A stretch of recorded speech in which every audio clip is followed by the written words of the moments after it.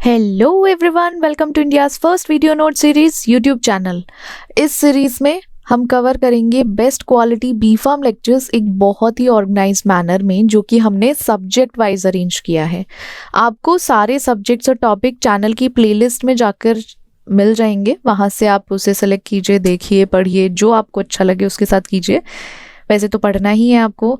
और हाँ, सारे वीडियो नोट्स के नोट्स का लिंक आपको वीडियो के डिस्क्रिप्शन बॉक्स में अवेलेबल है, तो आप वहाँ से उसको डाउनलोड कर सकते हैं, या आप हमारी वेबसाइट पर भी विजिट कर सकते हैं, firsthope.co.in पर भी। ओके, सो आज का टॉपिक है हमारा फैट्स एंड ऑयल्स। अब फैट्स क्या होते हैं? अगर रूम टेम्परेचर है 37 डिग्री सेल्सियस, रूम टेम्परेचर और नॉर्मली इतना होता है, तो रूम टेम्परेचर पे इसकी जो स्टेट होती है वो होती है सॉलिड स्टेट। सेम ऑयल भी लिपिड ही। अच्छा, फैट्स एंड ऑयल क्या होते हैं? हमारे काइंड ऑफ लिपिड है, या ये टाइप ऑफ लिपिड है, जिसमें अगर आप देखो ऑयल्स रूम टेम्परेचर पर हमारे लिक्विड में कन्वर्ट हो जाते हैं। बस इतना सा ध्यान रखना है। फैट्स भी टाइप ऑफ लिपिड है हमारा, ऑयल भी टाइप ऑफ लिपिड है, बट ये लिक्विड में कन्वर्ट हो जाता है ऑयल हमारा जब रूम टेम्परेचर पर होता है, और फैट्स अगर हमारा रूम टेम्परेचर पर है तो वो सॉलिड में कन्वर्ट होता है। अब सेम वही बात करते हैं, हमारे फैट किस किस चीज़ से बने हैं? हमारे जो फैट्स है वो फैट्स बना होता है ट्राइग्लिसराइड, मेनली जो है किसका होगा? ट्राइग्लिसराइड का। तो क्या याद रखना है? फैट्स में ट्राइग्लिसराइड जो एक मॉलिक्यूल है, जिसमें एक ग्लिसरॉल है जो बैकबोन की तरह काम करता है, किसके साथ? 3 फैटी एसिड के साथ बॉन्ड करके हमारा 1 ग्लिसरॉल बॉन्ड करेगा, बैकबोन जो बॉन्ड करेगी 3 फैटी एसिड के साथ। अगर सिमिलरली हम ऑयल का देखें तो ऑयल्स में केमिकल स्ट्रक्चर फैट जैसा ही रहता है, ऑलमोस्ट सेम है, बट इसमें क्या होता है, जैसे ट्राइग्लिसराइड में अनसैचुरेटेड फैटी एसिड्स हैं, सेम यहाँ पे भी आपको वो चीज़ देखने को मिलेगी। Correct. Then types of fatty acid, कितने टाइप्स के फैटी एसिड हैं? एक तो होता है आपका सैचुरेटेड फैटी एसिड, एक होता है अनसैचुरेटेड फैटी एसिड, देन होता है हमारा trans fat. Unsaturated fatty acid में भी मोनो अनसैचुरेटेड फैट्स होते हैं, और अनसैचुरेटेड फैटी में भी पॉली अनसैचुरेटेड फैट्स होते हैं। तो ये 3 टाइप्स के हमारे फैट्स हो गए फैटी एसिड। अब सैचुरेटेड फैटी एसिड में क्या होता है? जो आपके फैट्स हैं उसमें डबल बॉन्ड नहीं होता कार्बन एटम्स के बीच में। जैसे आपका फैटी एसिड चेन है ना, तो उनके कार्बन एटम्स के बीच में आपको डबल बॉन्ड नहीं देखने को मिलेगा। साथ ही साथ जो सैचुरेटेड फैटी एसिड होते हैं वो क्या होते हैं? सॉलिड रहते हैं रूम टेम्परेचर पर। करेक्ट। अब कॉमन सोर्स क्या होगा? अगर आपको सैचुरेटेड फैटी एसिड आ रहे हैं, या आप उसको रिसीव कर रहे हो, इनटेक कर रहे हो, तो उसका सोर्स क्या है? हमारा एनिमल फैट है। एनिमल फैट्स में लाइक बटर एंड लार्ड हो गया, कुछ प्लांट्स ऑयल्स हैं लाइक हमारे कोकोनट ऑयल, पाम ऑयल। तो ये क्या हो गए? कॉमन सोर्स हैं हमारे किसका इनटेक करने के लिए? सैचुरेटेड फैटी एसिड का इनटेक के लिए। अब देन अनसैचुरेटेड फैटी एसिड होता है, इसमें फैट्स के आप यहाँ पे डबल बॉन्ड नहीं है, यहाँ पे एक या एक से ज़्यादा क्या हो सकता है? डबल बॉन्ड हो सकता है कार्बन चेन में, जिसकी वजह से किंग्स एंड कीप्स होता है या बन जाता है लिक्विड एक रूम टेम्परेचर पे। हमारा जो अनसैचुरेटेड फैटी एसिड है ना, वो लिक्विड रहता है किस पर? रूम टेम्परेचर पर। साथ ही साथ हमारा सैचुरेटेड सॉलिड ही रहता है किस पर? रूम टेम्परेचर पर। करेक्ट। और जो हमारा अनसैचुरेटेड है, हमें पता है 2 फर्दर पार्ट्स में डिवाइड हुआ है, जिसमें मोनो अनसैचुरेटेड फैट्स हैं, एक में पॉली अनसैचुरेटेड है। पॉली अनसैचुरेटेड और मोनो अनसैचुरेटेड में क्या डिफरेंस होता है? हमारे मोनो में तो आपको सिर्फ एक डबल बॉन्ड देखने को मिलेगा, बट पॉली में एक से ज़्यादा आपको डबल बॉन्ड देखने को मिलेंगे। जैसे कॉमन सोर्स मोनो सैचुरेटेड का तो होता है ऑलिव ऑयल है, एवोकाडोज हैं, नट्स हैं, तो ये एग्जाम्पल हमारे मोनो अनसैचुरेटेड के हैं। पॉली अनसैचुरेटेड के हमारे होते हैं ओमेगा 3, ओमेगा 6 फैटी एसिड, जो हमारे फिश में या फ्लैक्स सीड में या वॉलनट्स में आपको मिल सकते हैं। आप वहाँ से उसको इनटेक कर सकते हो, या वो आपका सोर्स बन सकता है as a poly unsaturated fats का। करेक्ट। देन हमारे ट्रांस फैट आते हैं।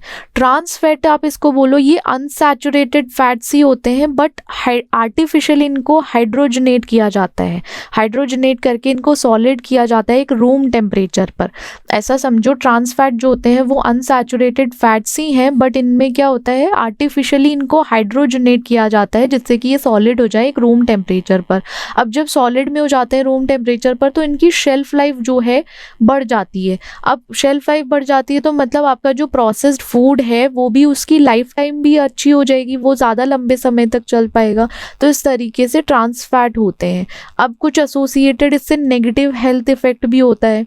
ट्रांस फैट मोस्टली क्या करते हैं, नेगेटिव इफेक्ट देते हैं आपकी हेल्थ पर। कुछ ऐसे कंट्रीज़ हैं उसको फेस्ड आउट कर दिया गया है ट्रांस फैट को, बट मोस्टली सैचुरेटेड और अनसैचुरेटेड तो अभी भी मतलब जो असेंशियल है, नेसेसरी है, वो सिर्फ हमारे सैचुरेटेड अनसैचुरेटेड है, ट्रांस फैट नहीं है।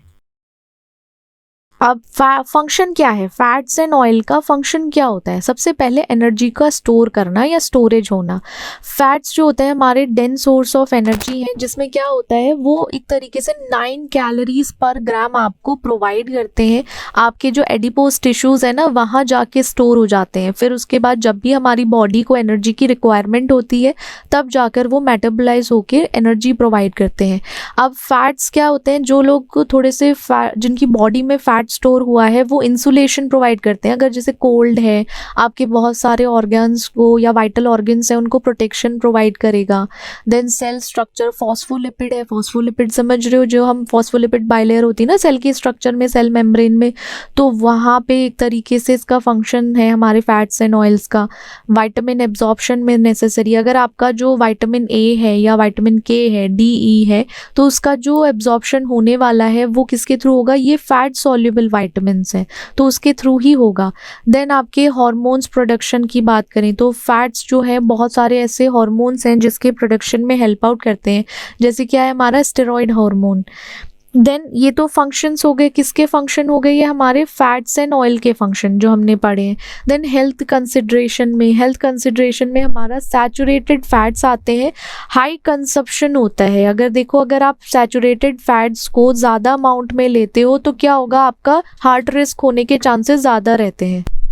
ये सैचुरेटेड ऐसा नहीं है कि अगर ये सैचुरेटेड अनसैचुरेटेड एसेंशियल है तो इसका मतलब ये नहीं कि आप उसको ठीक है अच्छा लग रहा है तो खा रहे हो, नहीं ऐसा कुछ नहीं है, उसको नहीं इनटेक करना है। क्योंकि अगर जब ज़्यादा क्वांटिटी में, वो होता है ना अति की बुरी, तो इस तरीके से ऐसा है अगर आप कुछ भी चीज़ एक्सेसिव अमाउंट में लेते हो या एक्सेसिवली कंज्यूम करते हो तो उससे क्या होता है आपको कुछ रिस्क हो सकता है। सेम वही अगर आप सैचुरेटेड फैट को ज़्यादा लोगे तो क्या होगा, हार्ट डिजीज़ के चांसेस ज़्यादा हो जाते हैं।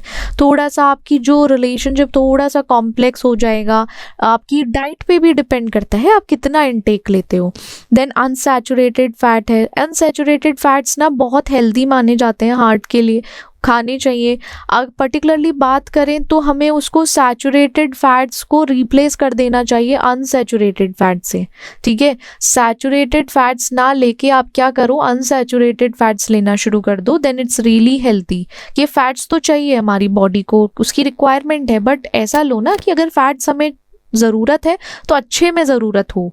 ऐसा नहीं है कि पता चला हमें खा तो अच्छे से रहे हैं, डाइट को ज़रूरत भी नहीं है, फिर ऊपर से हमें बीमारी भी 10 हो रही है, तो बीमारी होने से क्या फ़ायदा है। अच्छे से जियो, अनसैचुरेटेड फैट्स खाओ। ट्रांस फैट्स तो बिल्कुल मत छूना, क्योंकि ये एडवाइस है, या आप ऐसे समझो ट्रांस फैट को तो छूना ही बेकार है। वो होता है कि भाई केमिकली एक तरीके से आर्टिफिशियली प्रोसेस्ड किया गया है, उसकी शेल्फ लाइफ बढ़ाई गई है, तो चांसेस है क्या होता है आपको हार्ट डिजीज़ हो सकती है, कुछ हेल्थ इश्यूज आ सकते हैं, तो इसको अवॉइड ही करो तो बेटर है हेल्थ कंसिडरेशन के हिसाब से।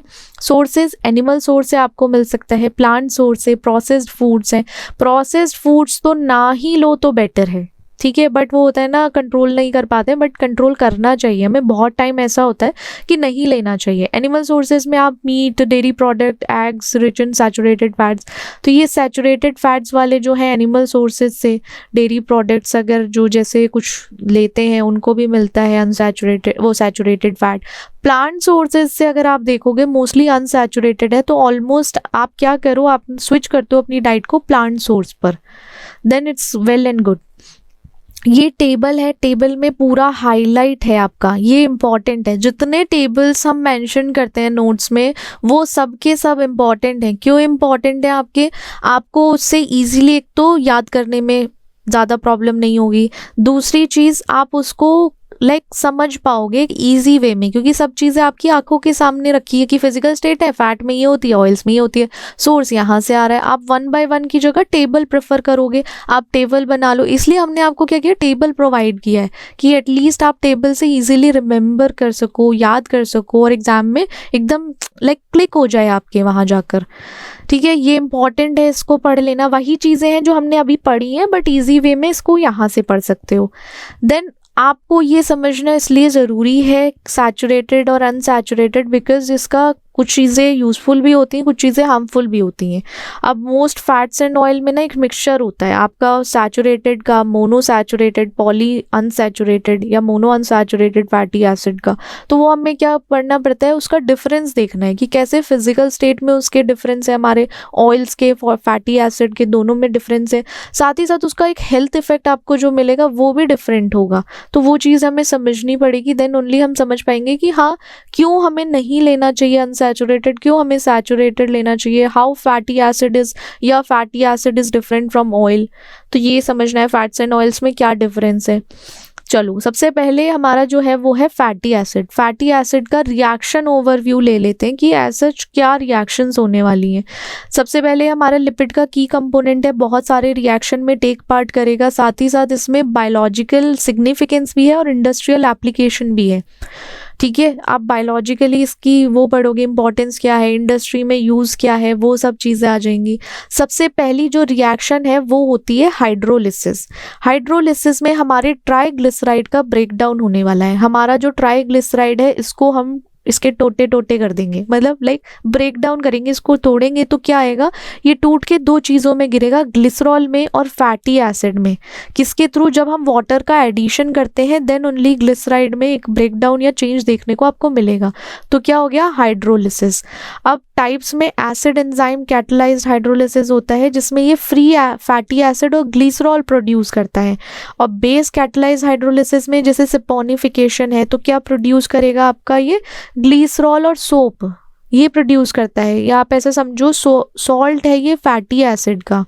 अब इक्वेशन है आपका, ग्लिसरॉइड है, यहाँ वाटर अगर आप एक तरीके से ऐड ऑन करोगे, एडिशन ऑफ वाटर के थ्रू ग्लिसरॉइड जो है हमारा ब्रेक डाउन हो जाएगा सोप एंड ग्लिसरॉल में, दो चीज़ों में ब्रेक डाउन हो गया। तो यही होता है हमारा हाइड्रोलिसिस। नेक्स्ट है हमारा हाइड्रोजनेशन। हाइड्रोजनेशन में क्या होता है, इसमें हाइड्रोजनेशन में बस इतना होता है कि हम इसमें ऐड कर देते हैं हाइड्रोजन को, हमारा कोई भी इधर अनसैचुरेटेड फैटी एसिड है उसमें हम किसको ऐड करते हैं, हाइड्रोजन एटम को या हाइड्रोजन को ऐड करेंगे तो क्या करेगा, वो डबल बॉन्ड को कन्वर्ट कर देगा सिंगल बॉन्ड में। जो आपका यहाँ डबल बॉन्ड था ना, जाके वो क्या कन्वर्ट हो जाएगा सिंगल बॉन्ड में, एक तरीके से ऐसे मान के चलो उसका कन्वर्जन हो जाएगा। अब जैसे एप्लीकेशन है फूड इंडस्ट्री में, आपको ऑयल सॉलिडिफाई करना है तब हाइड्रोजनेशन मेथड को यूज़ करते हैं। आपका पार्शियली या फुल्ली हाइड्रोजनेटेड फैट्स हैं तो उसमें तब यूज़ करते हैं। अब इक्वेशन में क्या होता है, जैसे आपका अनसैचुरेटेड फैटी एसिड है उसमें आपने हाइड्रोजन ऐड कर दिया, हाइड्रोजन ऐड करने के बाद क्या बन गया, वो सैचुरेटेड फैटी एसिड है। मतलब अच्छी खासी चीज़ में हाइड्रोजनेशन करके उसे ख़राब कर दो, ऐसा समझो। हाइड्रोलाइसिस में मतलब ये है कि ब्रेक डाउन होने वाला है, it's related to break down. Lysis मतलब टूटना, जनेशन मतलब ऐड होना, ये तो सबको पता है ना। हाँ वही सपोनिफिकेशन। अब सपोनिफिकेशन में क्या होता है, एक स्पेसिफिक टाइप है, इसमें हमारा जो बेस कैटलिस्ट हाइड्रोलिसिस होगा, मतलब हम कुछ ना कुछ एज अ बेस यूज़ करेंगे जिसकी वजह से एट द एंड कैटलाइज की मतलब एक तरीके से कैटलिसिस होगा, देन क्या होगा, लाइसिस होगा, हाइड्रोलाइसिस होगा। तब आपका जो ट्राइग्लिसराइड है वो रिएक्ट करता है स्ट्रॉन्ग बेस से रिएक्ट करने के बाद ग्लिसरॉल और सोप बनाता है। वही चीज़ है हमारा ट्राइग्लिसराइड है, ट्राइग्लिसराइड को हमने रिएक्ट किया स्ट्रॉन्ग बेस से, जैसे हमारा NaOH है। अब जब हम इससे रिएक्ट कराएंगे एट द एंड इसको दो ही प्रोडक्ट देने हैं, एक तो हमारा है ग्लिसरॉल और एक है हमारा सोप। दो प्रोडक्ट देने हैं, ग्लिसरॉल एंड सोप। तो ये याद रखो, एक सपोनिफिकेशन में, सपोनिफिकेशन समझो सोप फॉर्मेशन, ऐसे आइडिया लगा सकते हो या इजी पड़ जाएगा। सपोनिफिकेशन में सोप फॉर्मेशन, ग्लिसरॉल तो बनना ही बनना है, ग्लिसरॉल के साथ सोप बनना है। अब रेंसिडिटी ऑफ ऑयल, अब रेंसिडिटी में क्या होता है, आपके फैट्स और ऑयल का स्पॉइलेज, क्योंकि वहाँ पे ऑक्सीडेशन हो गया है या हाइड्रोलिसिस हो गया है। हाइड्रोलिसिस की वजह से एक अनप्लेजेंट टेस्ट आ जाएगा या अनप्लेजेंट फ्लेवर बन जाएगा और ऑर्डर, मतलब ये चीज़ है रेंसिडिटी ऑफ ऑयल, मतलब खराब हो रहा है, हम फैट्स और ऑयल्स को खराब कर रहे हैं या हमारा जो फैट्स एंड ऑयल है वो खराब हो गए हैं क्योंकि ऑक्सीडेशन हुआ है या हाइड्रोलिसिस हुआ है उसकी वजह से। टाइप्स में आपके क्या आते हैं, एक तो आपका ऑक्सीडेटिव होता है जिसमें आपका ऑक्सीडेशन हुआ हो अनसैचुरेटेड फैटी एसिड का, और वो क्या प्रोड्यूस करता है, एल्डिहाइड बनाएगा, कीटोन्स बना सकता है, एसिड बना सकता है। देन हाइड्रोलिटिक रेंसिडिटी है जो क्या कॉज करता है कि किसकी वजह से होता है, हाइड्रोलिसिस की। आपके ट्राइग्लिसराइड का जैसे ही हाइड्रोलिसिस होगा तो आपके जो फ्री फैटी एसिड है वो रिलीज करेंगे, ठीक है, रिलीज होना शुरू हो जाएगा ट्राइग्लिसराइड से fatty acid and glycerol.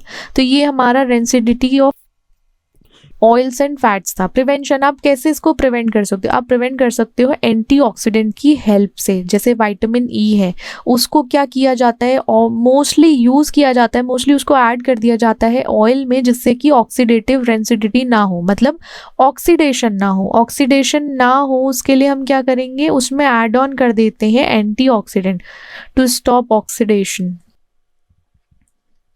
Drawing oils जो होते हैं वो अनसैचुरेटेड ऑयल्स होते हैं जो थोड़े से हार्ड एंड टू टफ है, या आप ऐसे समझो हमारे ज़्यादा उसमें सॉलिड फिल्म रहती है, जब वो एक्सपोज होती है एयर से एक्सपोज होगी सॉलिड फॉर्म में कन्वर्ट हो जाएगी क्योंकि पॉलीमराइजेशन हो रहा है। पॉलीमराइजेशन एक हमारा ऑक्सीडेशन का ही फॉर्म है।